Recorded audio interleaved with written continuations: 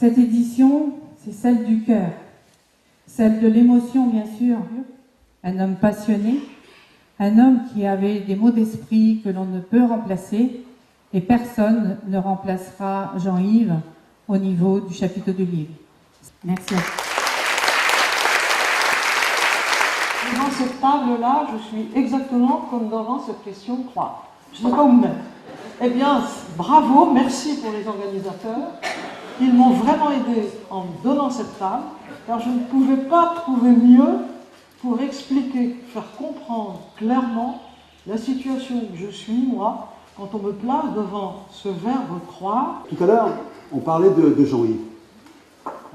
Qu'est-ce qui fait qu'on croit qu'il est là, qu'il nous écoute, qu'on a envie ce soir d'être à la hauteur de ce qu'il a espéré pour cette manifestation? On ne se pose pas la question de savoir si on croit qu'il est en suspension sur nous, en train de nous écouter. C'est pas ça la question. Je trouve que les débats étaient intéressants mais extrêmement difficiles parce que chacun, le thème c'était croire en soi, on lève dire croire, et chacun met derrière croire une définition différente. Certains ont trouvé que le débat tournait trop autour de la religion, comme si croire c'était uniquement autour de la religion, mais on peut aussi croire en sa patrie, croire en la famille, croire en un certain nombre de valeurs. Donc c'était large comme thème, et puis c'est invité très vite dans le débat le thème des attentats, c'est-à-dire en gros nous sommes confrontés à des gens qui croient ou disent croire en quelque chose, et comment est-ce qu'on peut réagir à ça? Donc c'était certes compliqué, mais c'était extrêmement intéressant. C'est pas simple, parce que tout le monde veut parler un peu de son expérience, qu'est-ce que croire, pas croire. Moi j'espère qu'on a apporté quelque chose aux très très nombreux spectateurs qui sont venus nous voir, parce que ça c'est touchant, c'est quand même le plus beau des cadeaux, c'est de voir que des gens se déplacent pour venir nous voir. Quand on nous a donné le thème, on est tous tombés par terre, on s'est dit qu'est-ce qu'on va faire de ça? Est-ce que c'est un sujet de bac? Est-ce qu'on ramasse la copie à la fin? Est-ce que c'est le bac de philo option S? C'était très intéressant, avec des avis tout à fait partagés, 4 personnes, 4 avis différents. Et Nathalie Saint-Cric a eu du mal à resserrer tout ce débat, mais c'était très intéressant, et Jean-Yves aurait été heureux de voir des gens de ce niveau débattre sur ce thème qu'il avait choisi. 8e édition du chapiteau du livre. Cette édition est tout à fait particulière puisqu'elle est bien évidemment dédiée à Jean-Yves Couteau. Je crois que c'est l'une de ses plus belles réalisations parce qu'elle n'est pas uniquement construite, elle est aussi philosophique et humaine. Et on voit maintenant cette habitude qui est prise de venir à Saint-Cyr. C'est un rayonnement. Vous savez ce qui se passe à travers les livres, c'est la continuité. C'est des messages qui ont toute leur force. Les bouquins, on les aime, on les range, on les reprend et ça nous aide à vivre. Ça nous aide à nous tenir droit. Et ce matin, toutes nos pensées, elles sont naturellement vers lui. Inutile de dire qu'il nous manque beaucoup. Mais c'est paradoxal. À la fois, il nous manque et pour autant, on n'a pas l'impression qu'il soit parti. C'est ça, les forces de l'esprit. L'hommage qui a été rendu à son fondateur était très émouvant avec la belle citation « La lecture agrandit l'âme ». Et moi j'ajoute « et repose, apaise le corps ». On a besoin que les deux soient en harmonie. La lecture, c'est ça. Car on est tout à fait dans l'esprit de Jean-Yves. Et sa belle citation de Voltaire était superbe. Donc il est absent, mais il est encore très très présent cette année. Je voudrais remercier Bonnie qui, dès la première fois que je lui ai parlé de ce projet, notre première rencontre, l'a accueilli immédiatement, en faisant une confiance que j'ai trouvée excessive. Elle ne me connaissait pas encore, et pourtant, j'espère maintenant me montrer à la hauteur de cette confiance. Je crois que le lecteur d'aujourd'hui est content d'avoir un contact personnel avec l'auteur. Il s'aperçoit que l'auteur, c'est quelqu'un comme lui, qui travaille, qui ne vit pas forcément luxueusement, mais aime ce travail et s'y consacre comme un menuisier se consacre, comme un artisan qui se consacre à son travail, comme un vigneron, puisqu'on est en Touraine, parlons des vignerons. Mon grand-père était vigneron. Il y a 2 premiers romans, un d'un monsieur qui a plus de 60 ans, ce qui est merveilleux, et c'est parce que c'est une réussite, et un autre d'un jeune homme de 28 ans. C'est également un premier roman, donc nous sommes en plein dans la cible que Jean-Yves nous avait demandé, nous avait donné comme mission. Je suis très heureux d'avoir été distingué par le jury en tout cas. Et c'est vraiment beaucoup d'émotions, en plus c'est une édition un peu particulière. Je m'y attendu pas du tout et je suis très heureux que le jury ait le courage en quelque sorte de distinguer un livre qui un peu délicat peut-être ou qui a fait grincer certaines dents. Je suis vraiment très touché et très heureux. Sans les lecteurs, on n'est rien. Et puis en plus, sans leur retour, savoir ce qui se passe, les questions. Là, je répondais à des questions sur comment on écrivait une histoire, comment on travaillait avec un dessinateur, comment ça se faisait. Ça nous paraît, nous, simple parce que c'est notre métier. L'écrivain, normalement, est quelqu'un qui aime la compagnie de la solitude. Et j'aime cette formulation, compagnie de la solitude. En revanche, il y a un moment donné, quand on donne le livre, on a beau l'aimer, il ne nous appartient plus. C'est un peu comme un enfant. On espère que les autres vont le recevoir avec autant d'amour qu'on lui a donné, mais ça ne nous appartient plus. Donc forcément, la peur que l'écrivain a d'être au contact avec ses lecteurs, parce qu'on est intimidé, parce qu'on n'est pas habitué au collectif, et bien là on nous a pris par la main comme les enfants de la famille, et du coup franchement, ça va être avec beaucoup d'émotion que je vais partir ce soir parce que je voudrais rester. Ça nous permet de mieux appréhender le livre puisqu'on a l'impression de connaître un peu plus son auteur, ne serait-ce qu'en lui parlant pendant 2 minutes. Ça crée le lien, on peut parler avec l'auteur, lui poser des questions sur comment il en est venu à écrire ce livre-là. Oui, il y a un contact qui se crée, qu'on n'a pas quand on achète le livre dans une boutique par exemple. Plutôt sympathique d'échanger avec les gens qui écrivent leurs livres. On a rencontré quelqu'un, un baroudeur en Afrique, qui nous a raconté un peu comment il préparait son voyage. C'est des choses qu'on ne voit pas forcément au travers du livre. Très agréable, vraiment. Il y a vraiment un échange qui se fait, ça se passe simplement. Ouais, c'est appréciable. On discute avec eux de ce qu'ils ont écrit, de tout ce qui était intéressant. Quand on voit l'échange avec les autres personnes, parce que j'ai fait plusieurs salons, et quand on voit cette relation humaine qui se crée, des liens amicaux, c'est ce qui donne l'envie d'écrire. Moi, on m'a dit, il y a une foire aux livres qu'il ne faut pas manquer, c'est celle de Saint-Cyr-sur-Loire. Et quand j'ai regardé sur une carte, j'ai dit oui, d'accord, mais c'est quand même, c'est pas un bled, c'est une ville moyenne, sans vouloir vexer personne. Et c'est étonnant parce que j'ai dédicacé mon livre, la moitié des livres que j'ai dédicacés, c'est à des habitants de Saint-Cyr-sur-Loire. Donc je pense que c'est le village ou la ville de 17 000 habitants, où l'on lit le plus en France. J'ai mon petit-fils David Caillot et je suis très fière de lui parce qu'il a publié un livre très intéressant. C'est mon tout premier et je veux vraiment savoir ce que les gens pensent de ma façon d'écrire et j'ai envie de leur faire partager la manière dont je l'ai écrit, notamment quand j'étais adolescent. Et je me suis dit, voilà, pourquoi pas le montrer au public. 150 preneurs. Personne au-dessus de 150, c'est bien vu. Adjugé à vous, monsieur, 150. L'enchère est par mois à 350, c'est pas sur le live.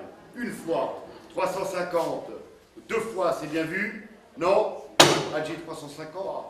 7 000 €, pas sur le live, on est bien d'accord. 2 fois, c'est bien vu. Adjugé 7 000 € au téléphone. 325. Alors ça, je sais pas, moi ça me porte chance, Saint-Cyr, parce que je passe au théâtre, ça s'est super bien passé, et puis là, le salon du livre se passe bien aussi, donc je suis très heureux. C'est très important d'aller voir les gens qui vous écoutent, qui vous lisent. Le but de cet atelier, c'est de donner envie d'écrire, d'aller à la rencontre de soi, de l'autre, de prendre un moment pour s'asseoir, parce qu'on marche beaucoup ici, et puis de rire ensemble, de partager un bon moment et d'échanger. Très très belle édition, 75 baptêmes à peu près sera fait ce soir. Donc une très belle édition avec des moniteurs qui sont bien investis, des petits bouts de chou, des bébés plongeurs qui sont adorables et on leur remet en récompense de leur effort une jolie clé à USB avec leur exploit de la journée. Cette année, nous avons eu encore plus d'une centaine de partenaires. Il y en a même un petit peu plus que l'année dernière. Il y en a 3 qui m'ont quitté parce que l'entreprise allait mal. Et puis on les a fait remplacer par d'autres qui sont toujours actifs, qui ont envie de persévérer dans cette histoire de littérature. Parce que l'argent qu'on leur demande, ce n'est pas une grosse somme. Nous gérons la logistique. Nous avons bien sûr donné une subvention à l'organisation, aux amis des chapiteaux du livre, mais nous avons la logistique pour le son, l'éclairage, la disposition des tentes, etc. Et toute l'équipe DRP est là et de la culture aussi pour donner un coup de main s'il faut donner un coup de main. Il est très important d'être fidèle à un salon littéraire, d'autant plus qu'ils sont de moins en moins nombreux et de moins en moins importants. Mais moi je suis fidèle aussi à un homme qui a créé ce chapiteau et qui s'appelle Jean-Yves Couteau, parce que c'était un homme exceptionnel, un amoureux de la culture, un amoureux des livres tout simplement, et un amoureux des hommes.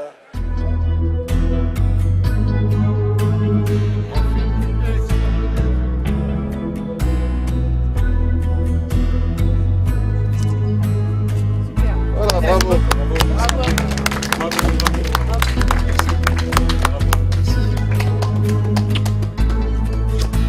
Voilà, vous avez votre marche maintenant.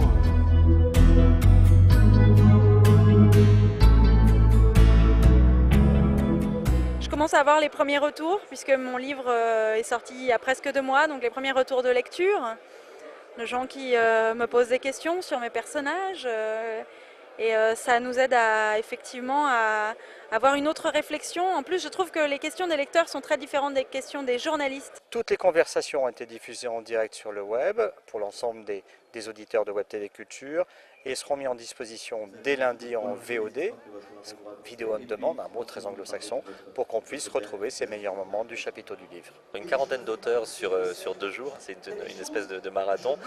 Il y a eu des pointures, là, la présidente Danielle Salnave, c'est toujours passionnant de passer une demi-heure avec une académicienne qui parle de son travail, de son écriture, de son amour des mots et des lettres, qui rappelle aussi les missions de l'académie. Et quand on organise un salon littéraire, avoir la caution d'une académicienne, c'est toujours important, donc ça a été intéressant. Il y a eu un beau succès avec Pierre Bellemare. Alors là, on est peut-être moins dans le monde de la littérature, mais n'oublions pas que Pierre Bellemare, qui nous a toujours fascinés avec ses histoires à la radio ou à la télévision, a à son actif plus d'une trentaine d'ouvrages. Et on a senti un véritable plaisir, une véritable joie du public à retrouver Pierre Bellemare bon pied bon oeil. Donc ça a été des moments intéressants. Et puis il y a eu beaucoup de jeunes pousses, des jeunes talents qui étaient présents cette année à Saint-Cyr et qui ont prouvé le dynamisme et la vitalité de la littérature française. Donc c'est bien. On retrouve des lecteurs, on retrouve les organisateurs, c'est une communion. Je ne dirais pas que c'est une grande famille et que ce chapiteau se transforme en une grande maison, mais presque. Et il y a une relative habitude qui se crée. On sait que chaque année, dans ces environs de mai, on va retourner sur les bords de la Loire et on va retrouver ces lecteurs, on va échanger, on va savoir s'ils ont toujours le même goût, s'ils ont progressé un tout petit peu, quelles sont leurs envies et comment les satisfaire au fur et à mesure. Donc c'est vraiment un moment délicieux. Bah oui, c'est quelque chose d'important parce que ça permet de discuter avec la personne qui a écrit le livre, de donner aussi un visage à la personne qui l'a écrit, d'échanger aussi éventuellement sur des livres qu'on aurait déjà lus de cet auteur. Les inscriptions sont désormais closes, donc malheur aux retardataires, tant pis pour eux, ils ne pourront pas se joindre à nous pour cet exercice de plaisir, de partage de notre amour de la langue française. Merci à tous d'être ici. Je suis particulièrement émue de faire avec vous cette dictée pour la 2e année consécutive parce que celui qui m'avait demandé de m'occuper de cette dictée, Jean-Yves Couteau, n'est plus là et c'est en pensant à lui que j'ai choisi le texte, c'est en pensant à lui que je vais vous dicter ce texte. Quelquefois, assez longtemps, ces menus épaves, ininterprétables, cette lisière, on ne savait quel silence. Hervouette, alors là je vous donne l'orthographe parce que vous ne maîtrisez pas forcément les noms bretons. À droite, la frontière. Point.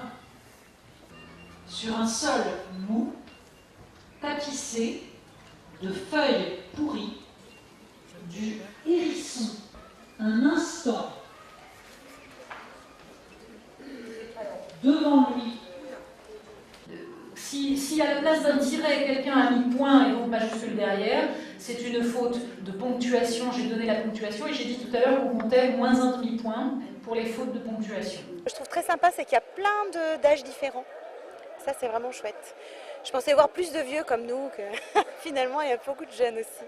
Très dur. J'étais déjà pas très bon en orthographe, mais là, c'est vraiment dire que je suis vraiment nul parce qu'il y a la moitié des choses que j'ai pas compris. Mais bon, on était là pour participer, on verra bien, quoi. Félicitations. Bravo.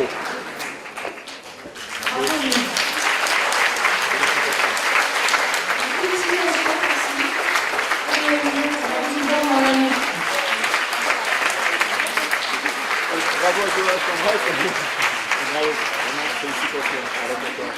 C'est toujours un vrai défi de voir un peu où on en est, et puis j'aime beaucoup la langue française, donc c'est toujours pour moi une jolie occasion de se mesurer, voir ce dont on est encore capable, voilà, malgré les années qui passent.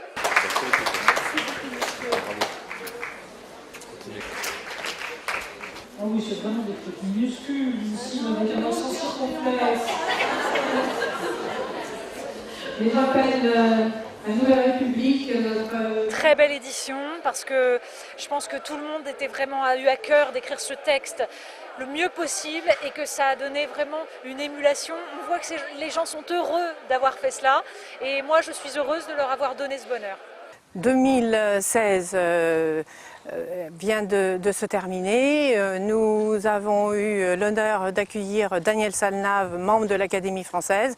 C'était un choix de Jean-Yves qui voulait donner vraiment une connotation littéraire à ce chapiteau du livre. 20 000 visiteurs sur l'ensemble des 3 journées.